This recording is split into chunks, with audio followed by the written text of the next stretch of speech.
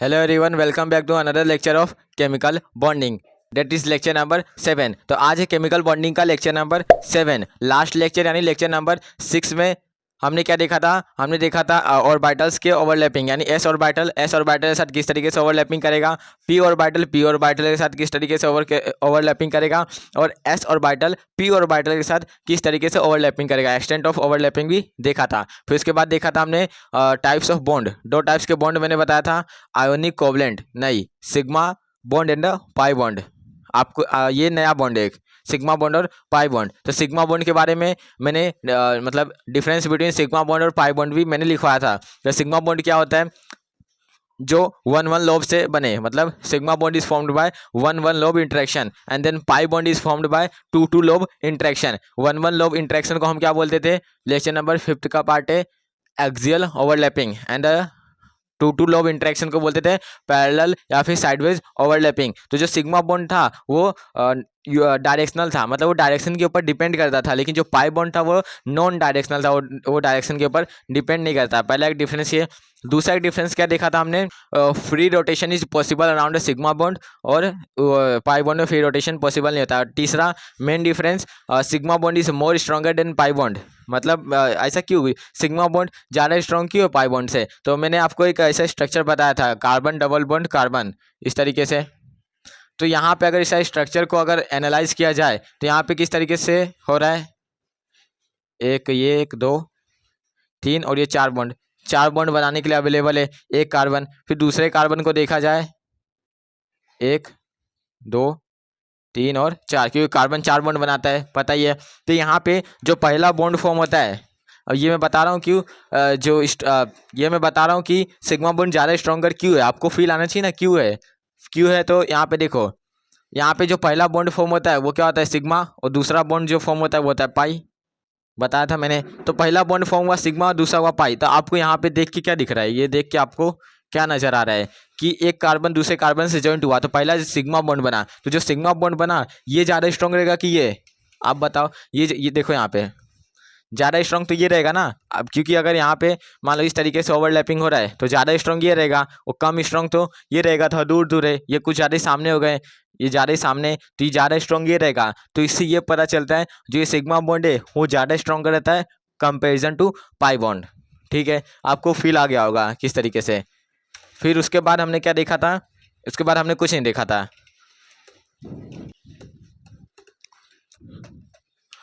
उसके बाद लेक्चर खत्म हो गया था। तो आज के लेक्चर में क्या देखेंगे? आज के लेक्चर में उसके आगे के टॉपिक्स कंटिन्यू करेंगे। आज के लेक्चर में हम देखेंगे बॉन्ड कैसे फॉर्म होता है। मतलब अभी तक हमने ये नहीं देखा कि बॉन्ड कैसे फॉर्म होता है, मतलब मैकेनिज्म क्या बॉन्ड फॉर्मेशन का। हमने तो ये देख लिया कि ओवरलैपिंग कैसे होता है, कौन कौन से बॉन्ड है, पाई बॉन्ड और सिग्मा बॉन्ड, लेकिन ये बॉन्ड बनता कैसे है, बॉन्ड किस तरीके से फॉर्म होता है। तो आज हम देखेंगे एक्साइटेशन थ्योरी, और इसके ऊपर बहुत सारे एग्जांपल्स देखेंगे। अब फिर आज स्टार्ट करेंगे हम हाइब्रिडाइजेशन। अब आज सिर्फ स्टार्ट हो पाएगा, पूरा उसका जो डीप कॉन्सेप्ट है वो कल देखेंगे, मतलब अगले लेक्चर में देखेंगे। तो आज हम देखेंगे एक्साइटेशन थ्योरी। तो चलिए लेक्चर को स्टार्ट करते हैं। तो एक्साइटेशन थ्योरी समझने से पहले आप ये समझो एक्साइटेशन थ्योरी आई क्यों। तो यहाँ पे सुनो, हमें ये पता है कि ओवरलैपिंग कैसे होगा, ओवरलैपिंग क्या होता है। तो ओवरलैपिंग कैसे क्या होता है? एक्सियल और साइडवेज या फिर पैरेलल ओवरलैपिंग।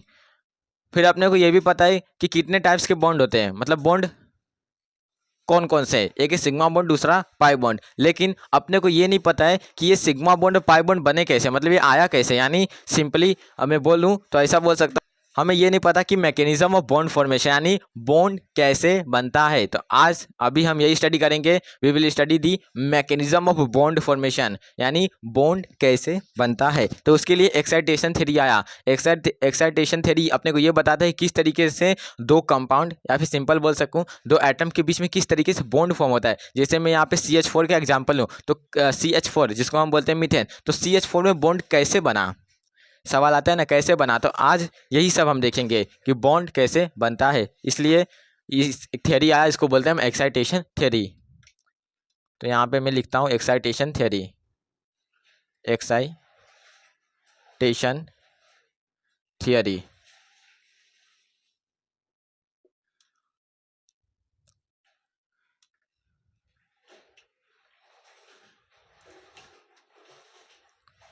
Excitation theory. अब एक्साइटेशन थ्योरी समझना है तो एक काम करो आप, एक बेसिक स्ट्रक्चर लो।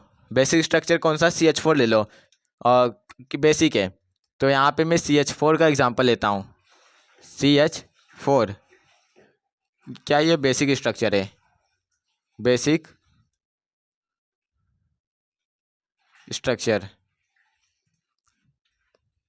तो जो ये एक्साइटेशन थ्योरी है ये अपने को बताएगा कि कैसे बॉन्ड फॉर्मेशन होता है। अब CH4 में अगर मैं आपको बोलूँ कि बॉन्ड कैसे फॉर्म हुआ, मतलब कैसे ये बना होगा CH4, तो आप बोलोगे पता नहीं। तो अब यही एक्साइटेशन थ्योरी से अपने को पता चलेगा कि इसमें CH4 में कैसे बॉन्ड बना होगा। तो क्या देखते हैं हम? Bonding in CH4। Bonding in CH4। तो अब यहाँ पे कुछ स्टेप्स होंगे, उतने खास तो नहीं लेकिन होंगे, फॉलो करना होगा आपको समझने के लिए। तो यहाँ CH4 है। अब CH4 में आप बताओ यहाँ पे सेंट्रल एटम कौन है? सेंट्रल एटम कौन है? अब सेंट्रल एटम कैसे निकालते थे? पहले ही बता चुका हूँ। सेंट्रल एटम निकालने के लिए जो लिस्ट नंबर में रहता था वो था सेंट्रल एटम, या फिर ऐसा बोल सकते जिसका इलेक्ट्रोनेगेटिविटी लो रहता था वो था सेंट्रल एटम। तो यहाँ पे लिस्ट नंबर में कौन प्रेजेंट है? कार्बन। तो ये अपना सेंट्रल एटम है, राइट। ये है अपना सेंट्रल एटम, ये मानते हो? तो ये सेंट्रल एटम। अब सेंट्रल एटम का हम क्या करते हैं? ग्राउंड स्टेट पर उसका इलेक्ट्रॉनिक कन्फिग्रेशन देखते हैं।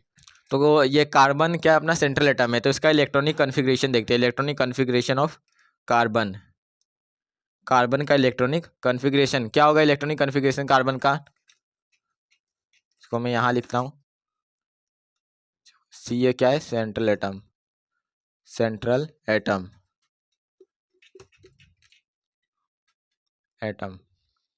तो इलेक्ट्रॉनिक कॉन्फ़िगरेशन कार्बन का क्या हो जाएगा? 1s2 2s2 2p2, क्योंकि इसका एटॉमिक नंबर होता है 6, तो 2 2 2 तीनों को सम किया आ गया 6 इलेक्ट्रॉन। आपको इलेक्ट्रॉनिक कॉन्फ़िगरेशन तो आता ही होगा। तो 1s2 2s2 और 2p2। अब यहाँ पे देखो 2s2 और 2p2, ये है पहला ऑर्बिट, ये दूसरा ऑर्बिट। तो लास्ट ऑर्बिट क्या है कार्बन में? ये। तो लास्ट ऑर्बिट को हम क्या बोलते हैं? वैलेंस ऑर्बिट या फिर वैलेंस सेल बोलो।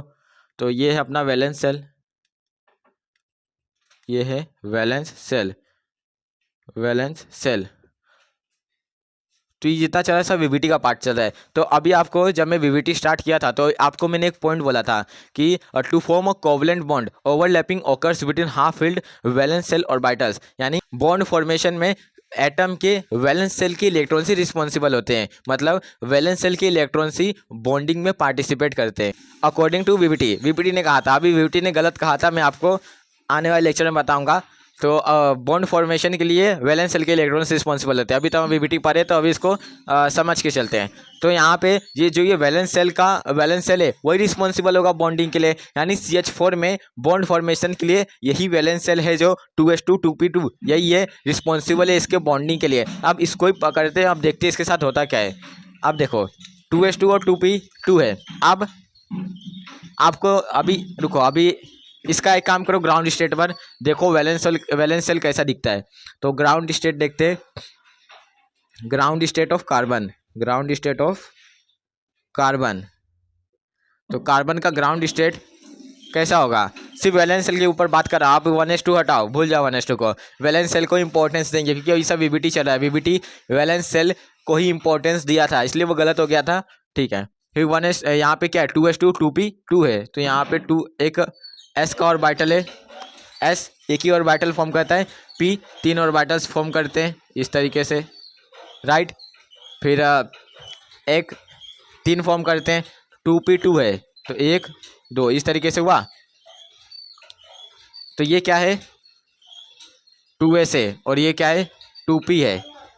p है इसलिए यहाँ पे 3 ऑर्बिटल्स हैं, तो 2s और 2p। अब 2s2 यहाँ पे 2 इलेक्ट्रॉन है, अपोजिट स्पिन में रहेंगे। 2p2 1 इलेक्ट्रॉन 2 इलेक्ट्रॉन इस तरीके से हुआ।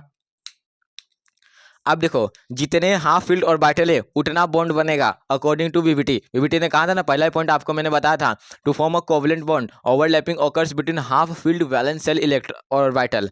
तो यहाँ पे 2 हाफ फील्ड ऑर्बिटल है, तो यानी सिर्फ 2 बॉन्ड बनेगा। यानी इसका मतलब ये इसका यहाँ पे अगर देख के ऐसा दिख रहा है कि जो कार्बन है ना, जो कार्बन ये सिर्फ 2 बॉन्ड बना सकता है इसके हिसाब से, लेकिन रियलिटी में क्या होता है, इन जनरल क्या होता है, कार्बन 4 बॉन्ड बनाता है। तो इसका मतलब यहाँ पे अभी कुछ तो होना बाकी है जिसके कारण 4 बॉन्ड बनेगा। तो यहाँ पे क्या होता है ना, जो ये 2s है ऑर्बिटल, इसके पास 2 इलेक्ट्रॉन है अपोजिट स्पिन में, तो एक इलेक्ट्रॉन यहाँ से यहाँ आ जाता है, एक इलेक्ट्रॉन यहाँ से यहाँ आ जाता है। तो ये एक इलेक्ट्रॉन 2s से 2p में आया तो वो एक्साइटेड स्टेट में चले गया। तो यहाँ पे फर्स्ट एक्साइटेड स्टेट में कार्बन चल जाता है, फर्स्ट एक्साइटेड स्टेट में कार्बन चले जाता है। तो यहाँ से 2s का अपना एक इलेक्ट्रॉन 2p में भेज देता है, यहाँ से इलेक्ट्रॉन यहाँ पे आ जाता है। तो ये कैसा होगा,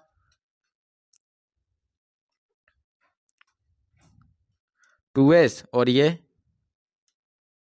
1 2 ये 2p। तो अब क्या बन जाएगा, एक इलेक्ट्रॉन एक तो यहाँ चले गया, या फिर इसको नीचे एरो कर दो, स्पिन सही करो, नीचे ये वाला इलेक्ट्रॉन यहाँ पे आ गया। तो 1 2 और ये 3। अब देखो, अब यहाँ पे देखिए क्या दिख रहा है आपको कि 1 2 3 4 हाफ फील्ड ऑर्बिटल है। इसका मतलब जो कार्बन है 4 बॉन्ड बनाता है, और इन जनरल रियलिटी में जो कार्बन होता है 4 बॉन्ड बनाता है। तो इसका मतलब अब यहाँ पे जो हाइड्रोजन है इसके वैलेंस से इलेक्ट्रॉन्स आएंगे, अब बाइंडिंग करेंगे। तो हाइड्रोजन का देखो, हाइड्रोजन का इलेक्ट्रॉनिक कन्फिग्रेशन क्या होता है, 1s1 होता है। तो 1s, हाइड्रोजन को एक इलेक्ट्रॉन चाहिए, तो हाइड्रोजन अपना 1s लेके आएगा 2s के पास, हाइड्रोजन अपना 1s लेके आएगा 2p के पास। तो यहाँ पे हाइड्रोजन आएगा, तो यहाँ हाइड्रोजन क्या अपना 1s लेके आएगा, 1s लेके आया हाइड्रोजन अपोजिट, यहाँ पे स्पिन इस तरीके से। यहाँ पे CH4 है, एक हाइड्रोजन ये लेके आया, एक ऑर्बिटल, 4 हाइड्रोजन है तो 4 ऑर्बिटल लेके आएंगे। ये भी 1s लेके आएगा दूसरा हाइड्रोजन, तीसरा हाइड्रोजन भी 1s लेके आएगा, चौथा हाइड्रोजन भी 1s लेके आएगा। तो ये सब क्या है, हाइड्रोजन, ये क्या है हाइड्रोजन, एक आया, दूसरा हाइड्रोजन आया, तीसरा हाइड्रोजन आया, चौथा हाइड्रोजन आया। तो ये अपना एक यहाँ पे इलेक्ट्रॉन पहले ही से रहेगा, फिर स्पिन अपोजिट रहते ना according to Pauli's exclusion principle. तो ये अब ये जो हाइड्रोजन है अपना 1s लेके आएगा 2p के पास, वही हाइड्रोजन अपना 1s लेके आएगा 2s के पास। तो इस तरीके से बॉन्डिंग होगा। अब यहाँ पे होगा क्या, अपना जो हाइड्रोजन है वो लेके आएगा 2s के पास इलेक्ट्रॉन, तो यहाँ पे बॉन्ड फॉर्मेशन होगा, मतलब यहाँ पे ओवरलैपिंग होगा। इसको मैं ऊपर लिखता हूँ फिलहाल।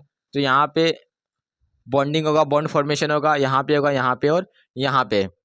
तो ये पहला जो बॉन्ड फॉर्म होता है उसको बोलते हैं सिग्मा बॉन्ड। तो यहाँ पे एक सिग्मा बॉन्ड फॉर्म हुआ, यहाँ पे दूसरा सिग्मा बॉन्ड, यहाँ पे तीसरा सिग्मा बॉन्ड, एक चौथा सिग्मा बॉन्ड, यानी 4 सिग्मा बॉन्ड फॉर्म हुए। और 4 सिग्मा बॉन्ड किस तरीके से फॉर्म हुए वो भी समझना चाहिए। तो ये क्या था अपना 2s था और ये 2p था, यही था। तो जो पहला सिग्मा बॉन्ड है वो 2s और 1s के बीच में फॉर्म हुआ। तो यानी फर्स्ट सिग्मा बॉन्ड, एक सिग्मा बॉन्ड किसके किसके बीच में बन रहा है, 2s और 1s के बीच में, 2s और 1s के बीच में, 2s ऑफ ये क्या है कार्बन और 1s of hydrogen, 2s of carbon और 1s ऑफ हाइड्रोजन। फिर remaining 3 sigma bonds are formed, 3 sigma bonds are formed between, sigma bond किसके बीच में बन रहा है आप बोलो, 2p और 1s के बीच में, 2p और 1s के बीच में। 2p किससे, 2p ऑफ कार्बन और 1s of hydrogen, 2p of carbon 1s of hydrogen के बीच में। तो इस तरीके से बॉन्ड फॉर्मेशन होता है। तो एक्साइटेशन थ्योरी यही बोलता है कि बॉन्ड फॉर्मेशन किस तरीके से होता है। तो इसी तरीके से बॉन्ड फॉर्मेशन होता है। जो कंपाउंड होते हैं वो अगर उन लोगों के पास हाफ फील्ड और बाइटल नहीं है जितने होने चाहिए थे, तो वो क्या कहते हैं अपने एक इलेक्ट्रॉन को दूसरे सेल सब सेल में भेज देते हैं। अब यहाँ पे अगर एक्सेप्शन आएगा वो अभी मैं एग्जांपल लूँगा। तो ये अपना एक इलेक्ट्रॉन दूसरे ऑर्बिटल में भेज दिया, तो यहाँ पे 4 टोटल हाफ फील्ड ऑर्बिटल हो गया। अगर 4 हाफ फील्ड ऑर्बिटल हो गया मतलब 4 बॉन्ड बनेगा। इन जनरल कार्बन भी 4 बॉन्ड बनाता है, इसलिए CH4 जो कंपाउंड है वो फॉर्म्ड होता है। तो दज यहाँ पे लिख सकते हैं, दज CH4 इज फॉर्म्ड। तो इसी तरीके से जो कंपाउंड्स होते हैं वो फॉर्म्ड होते हैं। तो आपको अब पता चला होगा कि जो CH4 किस तरीके से फॉर्म हुआ। इसका एकदम माइक्रो लेवल पे जाके अगर देखा जाए तो इसी तरीके से जो कंपाउंड होते हैं इसी तरीके से फॉर्म्ड होते हैं। तो CH4 का हमने देख लिया। अब दूसरा एग्जांपल लेते हैं CO2 का। CO2 मतलब कार्बन डाइऑक्साइड। आप देखिए कार्बन डाइऑक्साइड किस तरीके से फॉर्म होता है। तो सब में प्रोसेस वही रहेगा, स्टेप वही रहेगा। सेंट्रल एटम देखेंगे हम, सेंट्रल एटम का वैलेंस सेल को ग्राउंड स्टेट पे देखा जाएगा। अगर ग्राउंड स्टेट पे उतने बॉन्ड अवेलेबल नहीं हुए या फिर उतने हाफ फील्ड ऑर्बिटल अवेलेबल नहीं हुए तो जो ये एलिमेंट है वो अपना फर्स्ट एक्साइटेड स्टेट पर चले जाएगा, ताकि जितने होने चाहिए थे उतने हाफ फील्ड ऑर्बिटल अवेलेबल हो जाए। उसके बाद जो अटैच्ड एटम है वो आएगा, बॉन्डिंग करेगा। इस तरीके से फॉर्म होता है। तो ये था एक्साइटेशन थ्योरी। अब दूसरा एग्जांपल मैं लेता हूँ CO2 का, कार्बन डाइऑक्साइड का। तो इसको मैं इरेज करता हूँ।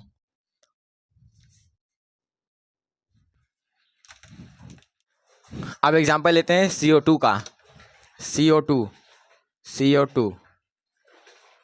कार्बन डाइऑक्साइड,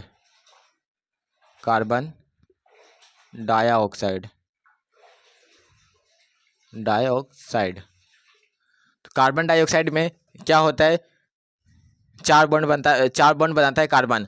तो ये जो ऑक्सीजन होता है वो 2 बॉन्ड बनाता है, क्योंकि जो इसका इलेक्ट्रॉनिक कन्फिग्रेशन होता है किस तरीके से होता है 2,6। तो यहाँ पे 2 इलेक्ट्रॉन्स की रिक्वायरमेंट है, यानी एक एटम 2 बॉन्ड बनाएगा। तो 2 एटम है तो 4 बॉन्ड बनते हैं, इसलिए CO2 फॉर्म होता है। तो जो इसका बेसिक स्ट्रक्चर रहता है CO2 का, वो किस तरीके से होता है, जैसे कार्बन बीच में रहता है, ऑक्सीजन साइड में लिविस डॉट स्ट्रक्चर है, 1 2 3 4 बॉन्ड बनाया। अब जो पहला बॉन्ड फॉर्म होता है वो होता है सिग्मा, अकॉर्डिंग टू BBT, पिछले लेक्चर में बताया था। दूसरा बॉन्ड फॉर्म होता है वो होता है पाई, तो ये भी हो गया पाई। तो इस तरीके से फॉर्म होता है CO2। तो ये था लिविस डॉट स्ट्रक्चर। लेकिन हम देख रहे हैं माइक्रो लेवल पे, एकदम छोटे से लेवल पे जाके। तो अब यहाँ पे देखो CO2 है तो सेंट्रल एटम कौन है, carbon is a central atom. तो सेंट्रल एटम सबसे पहले निकालो। अब सेंट्रल एटम पता है कार्बन है, इसका इलेक्ट्रॉनिक कन्फिग्रेशन लिखते हैं। इलेक्ट्रॉनिक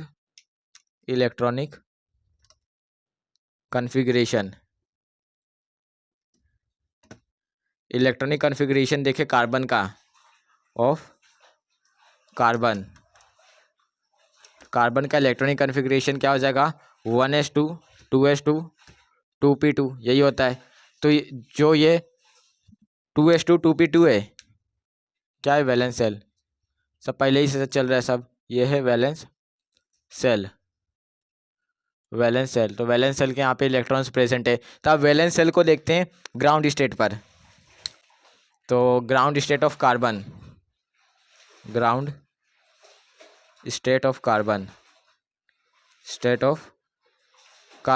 कार्बन का ग्राउंड स्टेट देखते हैं। तो वही पीछे जैसा होगा, 2s 2p, 2s ये 2p ये। तो 2s 2 है, 2 इलेक्ट्रॉन्स है, 2 इलेक्ट्रॉन्स, 2s2 2p2, यहाँ पे 2 इलेक्ट्रॉन्स है, 1 और 1 2। अब यहाँ पे ऑक्सीजन का हम देखते हैं। अब यहाँ पे कार्बन का तो हमने देख लिया, तो अब ऑक्सीजन का देखते हैं किस तरीके से बाइंडिंग करेगा। तो O2 है। अब ऑक्सीजन का इलेक्ट्रॉनिक कन्फिग्रेशन ऑक्सीजन का क्या हो जाएगा, ऑक्सीजन का इलेक्ट्रॉनिक कन्फिग्रेशन क्या है, 1s2 2s2 2p4 होता है, 2 4 8। तो जो लास्ट में आपको दिख रहा है 2p4, यही है, इसके यही खाली है। तो मतलब यही बॉन्डिंग के लिए पार्टिसिपेट करेगा, मतलब 2s2 2p4, यही है वैलेंस सेल। तो यही यहाँ पे बॉन्डिंग के लिए पार्टिसिपेट करेगा।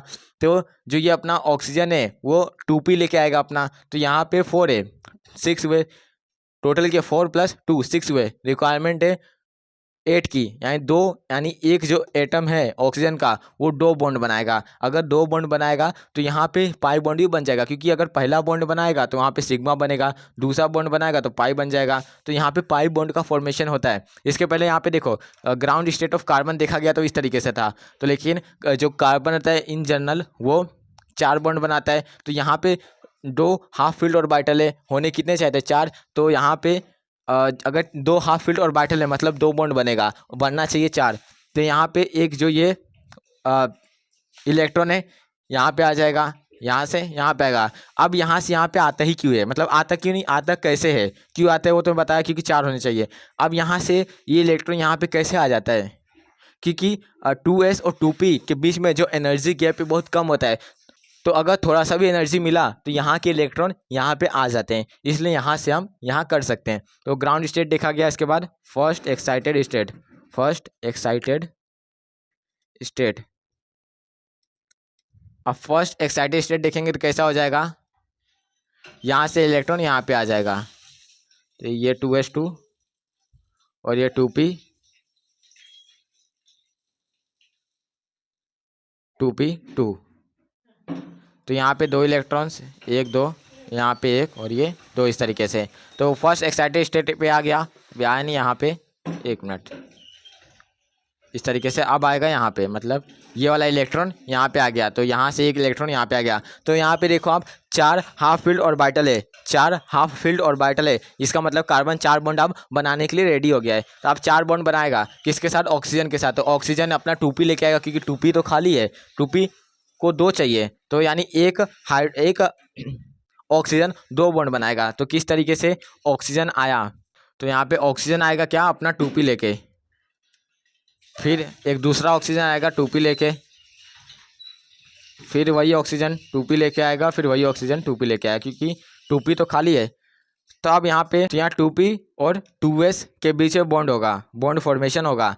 तो ऑक्सीजन 2 बॉन्ड बनाता है, तो यहाँ पे पहला बॉन्ड बनाएगा, फिर वही ऑक्सीजन दूसरा बॉन्ड बनाएगा, फिर ये तो एक ऑक्सीजन की बात हो गई, एक ऑक्सीजन 2 बॉन्ड बनाया, फिर दूसरा ऑक्सीजन 1 बॉन्ड बनाएगा, फिर वही दूसरा ऑक्सीजन 2 एक और बॉन्ड बनाया, यानी एक ऑक्सीजन 2 बॉन्ड बनाए, एक ऑक्सीजन 2 बॉन्ड बनाए। तो यहाँ पे अगर जो पहला बॉन्ड फॉर्म होता है वो होता है सिग्मा बॉन्ड पहला बॉन्ड फॉर्म होगा वो है सिग्मा बॉन्ड, फिर दूसरा फॉर्म होगा वो होगा पाई बॉन्ड। तो यहाँ पे सिग्मा और पाई दोनों फॉर्म्ड होते हैं। अब यहाँ पे सिग्मा बॉन्ड देखा जाए तो 2 सिग्मा बॉन्ड फॉर्म हो रहा है 2s और 2p के बीच में, या फिर ऐसा मैं लिखूँ 2 सिग्मा बॉन्ड, 2 सिग्मा बॉन्ड किसके किसके बीच में बन रहा है, 2s 2p के बीच में, 2s 2p के बीच में, और 2p और 2p के बीच में, 2p और 2p के बीच में, और 2 पाई बॉन्ड भी फॉर्म हो रहा है, 2 पाई बॉन्ड फॉर्म हो रहा है किसके किसके बीच में, 2p और 2p के बीच में, 2p और 2p के बीच में। तो इस तरीके से CO2 का स्ट्रक्चर होता है, इस तरीके से कार्बन ऑक्सीजन के साथ इस तरीके से अटैच करता है, किस तरीके से, इस तरीके से। तो वीवीटी ने यही कहा था, जितने हाफ फील्ड ऑर्बिटल उतना बॉन्ड फॉर्मेशन होगा, 10 half filled orbital 10 bond form होगा, लेकिन 10 नहीं होते, मैक्सिमम 4-5 ही रहते हैं। तो यहाँ पे कितने, 4 half filled orbital 4 bond form होगा, 5 half filled orbital 5 bond form होगा। हाफ फील्ड ऑर्बिटल का मतलब क्या है, एक ऑर्बिटल में 2 इलेक्ट्रॉन रहते हैं, तो एक ही इलेक्ट्रॉन है। तो ये तो हो गया CO2 का, मतलब कार्बन डाइऑक्साइड का। अब इसके बाद कौन सा कंपाउंड ले हम, अब इसके बाद हम एग्जांपल लेते हैं PH3 का। P मतलब फॉस्फोरस, H हाइड्रोजन। तो PH3 में देखते हैं ये कैसे बना होगा। तो आई होप आपको समझ ही रहा होगा अच्छे से। अब इसको मैं इरेज करता हूँ, अब वो देखते हैं।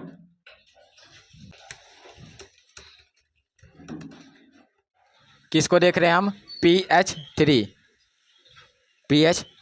तो यहाँ पे सेंट्रल एटम कौन सा, आप बताओ।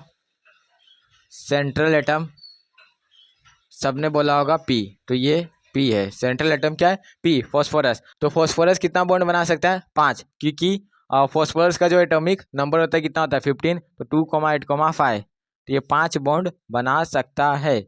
अब 5 बॉन्ड बना सकता है, तो यहाँ पे PH3 है। अब PH3 में देखते हैं किस तरीके से बनता है।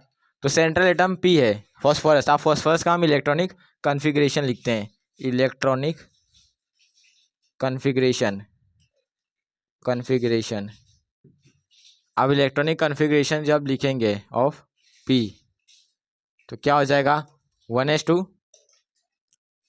तो क्या होता है 1s2, 2s2, 2p, 6, 3s2, 10, 2, 12 और 3p3। यही होगा इसका इलेक्ट्रॉनिक कन्फिग्रेशन, आपको तो आता ही होगा। अब जो ये 3s2 और 3p3 है, ये आउटर मोस्ट ऑर्बिट है, मतलब ये क्या है, वैलेंस सेल। ये है वैलेंस सेल। तो वैलेंस सेल को आप देखेंगे हम, तो वैलेंस सेल का आप ग्राउंड स्टेट बनाते हैं, ग्राउंड स्टेट बनाते देखते हैं अवेलेबल है कि नहीं 3 बॉन्ड। अगर नहीं हुआ तो जो फॉस्फोरस है एक्साइटेड स्टेट पे चल जाएगा। मेरे हिसाब से तो अवेलेबल होगा, मतलब ग्राउंड स्टेट पर ही काम हो जाएगा। आप देखते हैं तो ग्राउंड स्टेट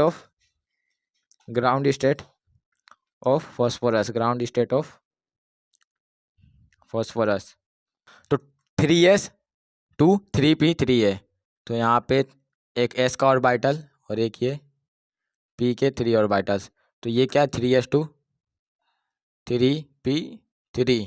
तो 3s2 2 इलेक्ट्रॉन्स यहाँ पे रहेंगे, s2 है, 3p3 मतलब 3 इलेक्ट्रॉन्स है, 1 2 3 इलेक्ट्रॉन्स। तो आपको शायद दिख रहा होगा कि जो यहाँ पे हाफ फील्ड ऑर्बिटल कितने हैं 1 2 3, और pH3 एक हाइड्रोजन एक बॉन्ड बनाता है, 3 हाइड्रोजन 3 बॉन्ड बनाएगा। तो यहाँ पे 3 बॉन्ड तो बन जाएंगे ग्राउंड स्टेट पर ही। अपने को यहाँ पे फर्स्ट एक्साइटेड स्टेट पे जाने की ज़रूरत ही नहीं है, क्योंकि ग्राउंड स्टेट पे ही 3 हाफ फील्ड ऑर्बिटल अवेलेबल है। अगर 3 हाफ फील्ड ऑर्बिटल अवेलेबल है मतलब 3 बॉन्ड बनेंगे। जितने हाफ फील्ड ऑर्बिटल अवेलेबल होंगे उतने बॉन्ड फॉर्मेशन, मतलब उतना ही बॉन्ड बनेगा। अगर 4 हाफ फील्ड ऑर्बिटल यहाँ पे प्रेजेंट है तो 4 बॉन्ड बनेगा, अगर 2 प्रेजेंट है तो 2 बनेगा।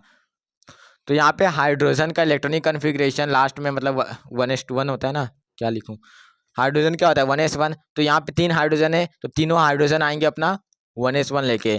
तो यहाँ पे 1s1 लेके आया एक हाइड्रोजन, फिर 1s1 लेके आया दूसरा हाइड्रोजन, 1s1 लेके आया तीसरा हाइड्रोजन। तो अब इन तीनों में बॉन्ड फॉर्मेशन होगा 1 2 3 इस तरीके से। तो इस तरीके से बॉन्ड फॉर्मेशन हुआ। तो पहला बॉन्ड सब बना रहे एक एक बॉन्ड, तो पहला बॉन्ड फॉर्म हुआ तो सिग्मा, ये भी सिग्मा, ये भी सिग्मा। तो यहाँ पे 3 सिग्मा बॉन्ड्स बन रहे। अब 3 सिग्मा बॉन्ड्स बन रहे किस तरीके से, तो यहाँ पे मैं ऐसा लिख सकता हूँ 3 या फिर 3 sigma bonds, 3 sigma bonds are formed formed. तो 3 सिग्मा बॉन्ड बन रहे बिटवीन किसके किसके बीच में, 3p और 1s के बीच में, 3p और 1s के बीच में। 3p ऑफ किसके, ये क्या है अपना फॉस्फोरस, तो 3p ऑफ फॉस्फोरस और 1s of hydrogen, 3p of phosphorus और 1s ऑफ हाइड्रोजन के बीच में बॉन्ड फॉर्मेशन होगा। तो 3 सिग्मा बॉन्ड्स बनेंगे। तब ये एक्साइटेशन थ्योरी है, इसका काम क्या है समझ तो गए कैसे करना है क्या करना है, लेकिन इसका काम क्या है। तो जो ये एक्साइटेशन थ्योरी है ये अपने को बताता है कि कौन सा कंपाउंड फॉर्म्ड होगा और कौन सा कंपाउंड फॉर्म्ड नहीं होगा। तो अभी मैं एक एग्जांपल लेता हूँ जिसमें अगर आप एक्साइटेशन थ्योरी लगाओगे तो वहाँ आपको खुद ही पता चलेगा कि वो कंपाउंड फॉर्म्ड ही नहीं होगा, वो बनेगा ही नहीं। इसलिए इससे ये पता चल जाता है कि कंपाउंड कौन सा फॉर्म्ड होगा कौन सा फॉर्म्ड नहीं होगा। और यहाँ से स्टार्टिंग होता है हाइब्रिडाइजेशन का। यहाँ पे अगर अभी आपको मैं बताता हूँ, यही लेक्चर बताऊंगा हाइब्रिडाइजेशन का प्री कॉन्सेप्ट कि कैसे हाइब्रिडाइजेशन आया। फिर उसके अगले लेक्चर में हम देखेंगे हाइब्रिडाइजेशन के ऊपर पर डीप कॉन्सेप्ट। तो ये हमने देख लिया pH3 का, pH3 किस तरीके से फॉर्म होगा इस तरीके से। अब एक एग्जांपल लेता हूँ जहाँ पे इलेक्ट्रोनेगेटिविटी इंपॉर्टेंट हो जाता है। एग्जांपल लेता हूँ अब PCl5 का। PCl5 में अगर आप देखोगे तो वहाँ पे एक चीज़ मैं आपको एक स्टेटमेंट लिखाऊंगा वो था काम करेगा, वही है एक्सेप्शन। तो मैं इसको इरेज करता हूँ।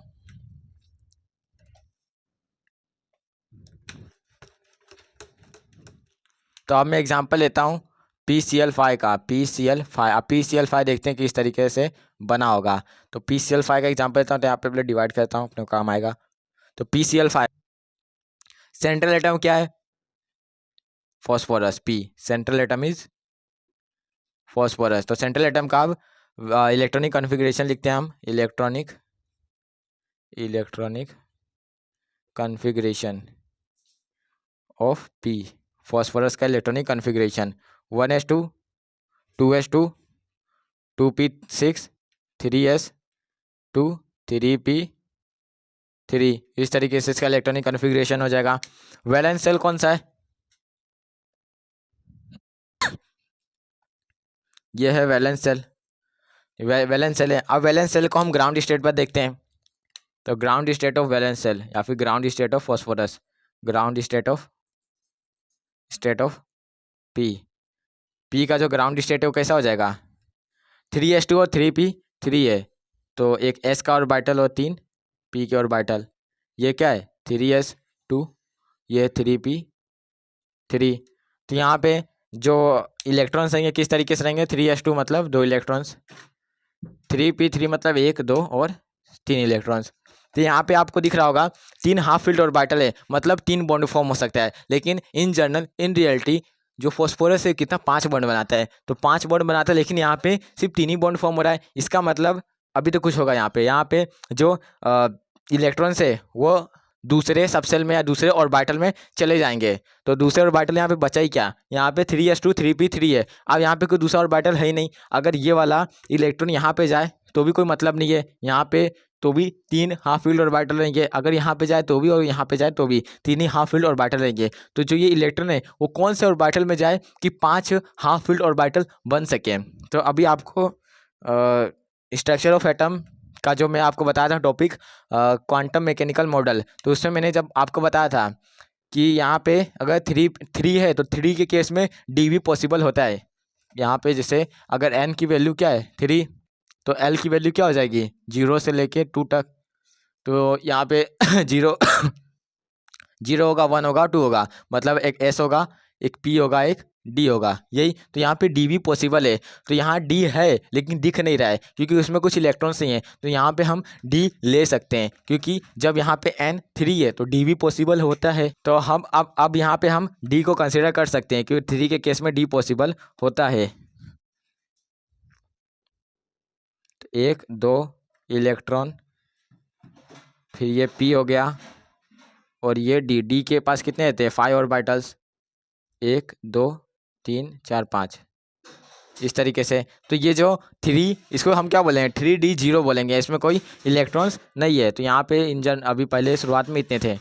ये क्या है 3s2 3p3 और ये 3d0। तो अब यहाँ पे ऑर्बिटल्स आ गए हैं तो यहाँ से इलेक्ट्रॉन इसमें आ जाएगा। अगर यहाँ पे इलेक्ट्रॉन इसमें आया तो अब कितने 5 हाफ फील्ड ऑर्बिटल है, यानी 5 बॉन्ड अब बनेगा। इन जनरल 5 बनाता है और यहाँ पे 5 हाफ फील्ड ऑर्बिटल है, 5 बॉन्ड बनेगा। अब तो ये ग्राउंड स्टेट से एक्साइटेड स्टेट पे इसको जाना ही पड़ेगा। तो यहाँ पे फर्स्ट एक्साइटेड स्टेट में ये चले जाएगा, first excited state of phosphorus, first excited state पे चले जाएगा। तो किस तरीके से ये होगा, यहाँ पे ये क्या है 3s2 3p3 3d0 था लेकिन अब 0 नहीं रह गया, 3d1 हो गया। तो यहाँ पे 1 इलेक्ट्रॉन, यहाँ पे 1 2 3 4 और ये 5, ये वाला इलेक्ट्रॉन यहाँ से यहाँ पे आ गया, यहाँ से जंप करके यहाँ पे आ गया। अब यहाँ से लेके यहाँ तक आना पॉसिबल है। आप देखो मैंने आपको बताया था यहाँ से ये क्या 3s और ये 3p, ये 3s लिख ही देता हूँ, ये 3s और ये 3p और ये 3d। अब 3s से 3p पे आना पॉसिबल है क्योंकि इन दोनों में एनर्जी गैप कम है, लेकिन 3s से 3d पे आना थोड़ा मुश्किल हो जाएगा, इतना दूर है ना। तो 3s से 3d पे आना मुश्किल हो जाएगा। लेकिन यहाँ पे जो ये क्लोरीन है वो हाईली इलेक्ट्रोनेगेटिव एटम है। तो यहाँ पे वीबीटी ने कहा कि according to VBT if central atom is negative then jump is possible. अगर सेंट्रल एटम हाईली इलेक्ट्रोनेगेटिव हुआ तो जंप पॉसिबल है। तो इसलिए यहाँ से जो ये 3s का इलेक्ट्रॉन 3d पे आ जाएगा। तो यहाँ पे यही पॉइंट मैं आपको बता रहा था कि व्हेन, कहाँ पे लिखूँ, यहाँ पे लिखता हूँ, when central atom is attached, when a central atom is attached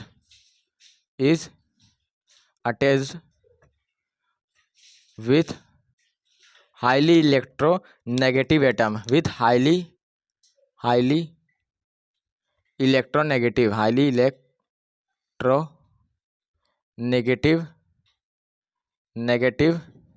atom, when central atom is attached with highly electronegative atom then jump is possible, otherwise no, then jump possible तभी jump possible होगा जब central atom highly electronegative atom से attached होगा। आप देखो chlorine highly electronegative atom है, मतलब सबसे ज़्यादा, मतलब ऐसे तो फ्लोरीन होता है हाईली, सबसे ज़्यादा हाईली इलेक्ट्रोनेगेटिव एटम फ्लोरीन होता है, लेकिन फ्लोरीन के नीचे जस्ट क्लोरीन आता है। तो ये क्लोरीन है ये भी हाईली इलेक्ट्रोनेगेटिव एटम है, इसलिए फॉस्फोरस का इलेक्ट्रॉन यहाँ पे जंप कर जाएगा डी में।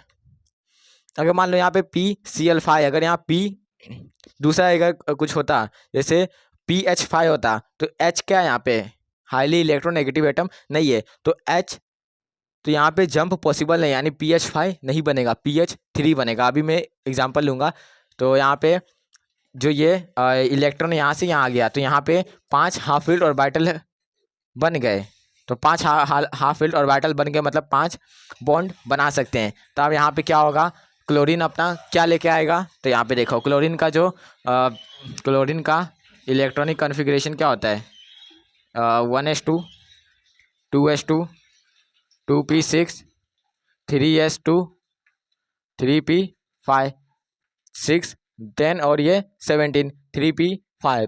तो क्लोरीन के लास्ट में कौन से इलेक्ट्रॉन से 2p5, तो जो क्लोरीन है अपना क्लोरीन अपना 3p लेके आएगा, क्योंकि यहाँ पे देखो 7 है, 8 की रिक्वायरमेंट है यानी एक बाकी है, तो लास्ट ये वैलेंस सेल है तो 3p अपना क्लोरीन लेके आएगा बॉन्डिंग के लिए। तो यहाँ पे कैसे बॉन्ड फॉर्मेशन होगा, तो यहाँ पे देखो ये था 3s2 और ये फॉस्फोरस का देख रहे हैं, यहाँ पे 3p था और ये 3d था, टी में 5 ऑर्बिटल्स रहते हैं, तो 1 2 3 4 3 4 5 हो गए। अब क्लोरीन अपना 3p लेके आएगा, तो 3p लेके आया क्लोरीन Cl, फिर 5 टोटल कितने हैं, 5 क्लोरीन है तो 5 Cl आएगा, मतलब 5 बार क्लोरीन आएगा, तो 3p लेके आएगा क्लोरीन, फिर 3p लेके आएगा, फिर 3p of chlorine 3p of chlorine, total 5 chlorine हो गए। अब इसमें बॉन्ड कैसे फॉर्म होगा, तो जो क्लोरीन होता है वो एक ही बॉन्ड बनाता है, अगर एक बॉन्ड बनाता है मतलब सिग्मा बॉन्ड होगा।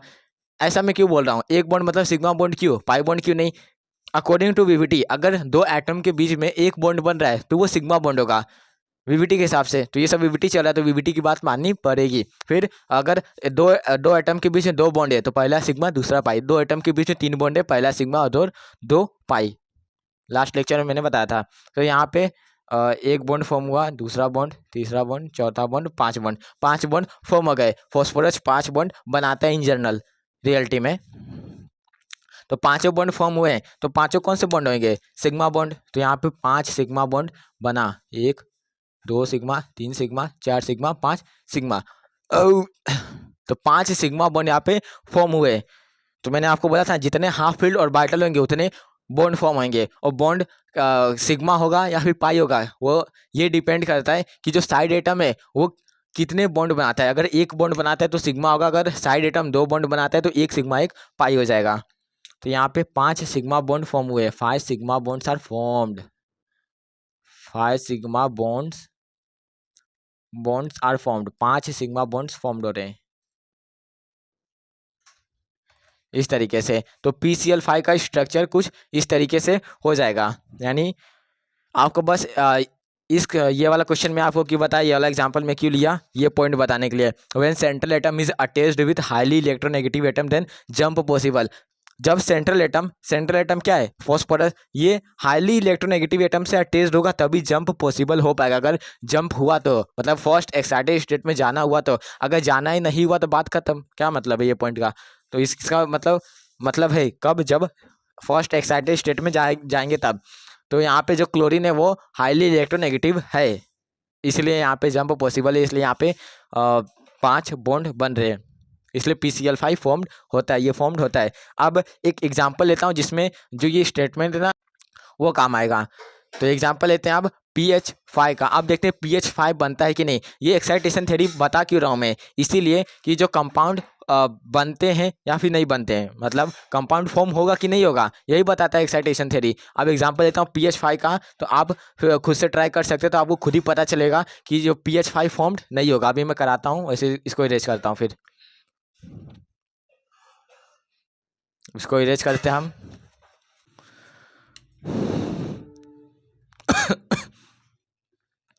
तो किसका एग्जांपल ले रहा हूँ, PH5 का।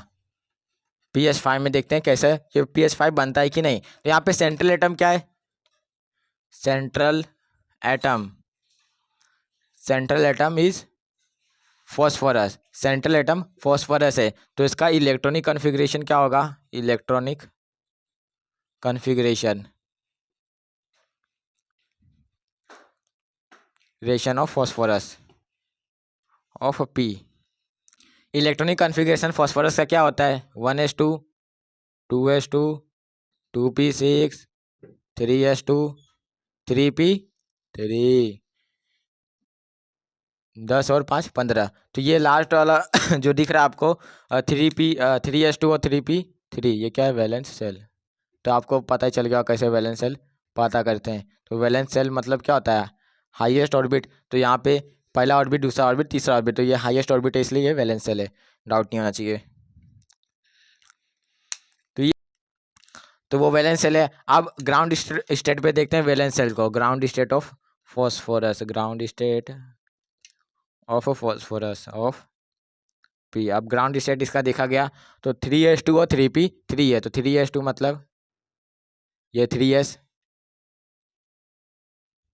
3p3, 3 ऑर्बिटल्स रहेंगे, ये 3s 3p, 3s2 है मतलब 2 इलेक्ट्रॉन से, 3p3 मतलब 1 2 3 इलेक्ट्रॉन्स है। तो यहाँ पे देखो कितने हाफ फील्ड ऑर्बिटल है? 3 हाफ फील्ड ऑर्बिटल है। यहाँ पे 3 हाफ फील्ड ऑर्बिटल है, एक तो फील्ड है उसको भूल जाओ। 3 हाफ फील्ड ऑर्बिटल है मतलब सिर्फ 3 ही बॉन्ड फॉर्म होगा। मतलब जो ये फॉस्फोरस है 3 बॉन्ड बनाता है, रियलिटी में क्या होता है? फॉस्फोरस 5 बनाता है। इसको देख के क्या लग रहा है? 3 बनाता है। तो यहाँ पे क्या होता है? N3 है मतलब 3D भी पॉसिबल होगा। ये सब फॉस्फोरस का मैं बताया ही था कैसे। तो ये हो गया 3s, 3p और 3d, 1 2 3 4 5, ये 3d है, 3d है, ये 3p है और ये 3s है। तो 3s क्या है? 3s2 है। तो यहाँ पे d पॉसिबल क्यों हम करें? ये जो यहाँ पे 2 इलेक्ट्रॉन्स है इसको यहाँ पे भेजें ताकि 5 बॉन्ड। तो यहाँ पे 3s2 था और 1 2 3, 3p3 था इस तरीके से। अब यहाँ पे देखो ये एग्जांपल में लिया ही क्यों? अब यहाँ पे 3p, अब ये वाला जो इलेक्ट्रॉन है यहाँ पे आना चाहिए, लेकिन यहाँ से यहाँ तब आता है जब जो सेंट्रल एटम के जो साइड वाला जो एटम होता है, जो सेंट्रल एटम के साइड वाला जो एटम क्या है? अटैच्ड एटम इसको बोल सकते हैं। हाईली इलेक्ट्रोनेगेटिव होना चाहिए। तो ये हाईली इलेक्ट्रोनेगेटिव नहीं है, तो ये हाईली इलेक्ट्रोनेगेटिव नहीं है, तो यहाँ से यहाँ जंप पॉसिबल नहीं है, तो ये कंपाउंड फॉर्म्ड नहीं होगा। तो PCF5 नॉट फॉर्म, पी मतलब तो PH5 not formed, PH5 not formed, तो PH5 फॉर्म्ड नहीं होगा। तो फॉर्म्ड क्या होगा?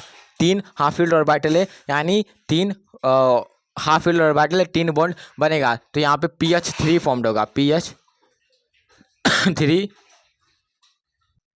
फॉर्म्ड होगा, PH3 फॉर्म होगा, PH5 फॉर्म्ड नहीं होगा। तो आज हमने देखा एक्साइटेशन थ्योरी, एक्साइटेशन थे बहुत सारे एग्जांपल देखे। अब अगले लेक्चर में हम मिलेंगे, तो अब अगले लेक्चर में हम करेंगे हाइब्रिडाइजेशन, हाइब्रिडाइजेशन का प्री कॉन्सेप्ट देखेंगे और डीप मीनिंग देखेंगे। तो आज के लेक्चर में बस इतना ही, हम मिलते हैं अगले लेक्चर में, तब तक के लिए बाय बाय।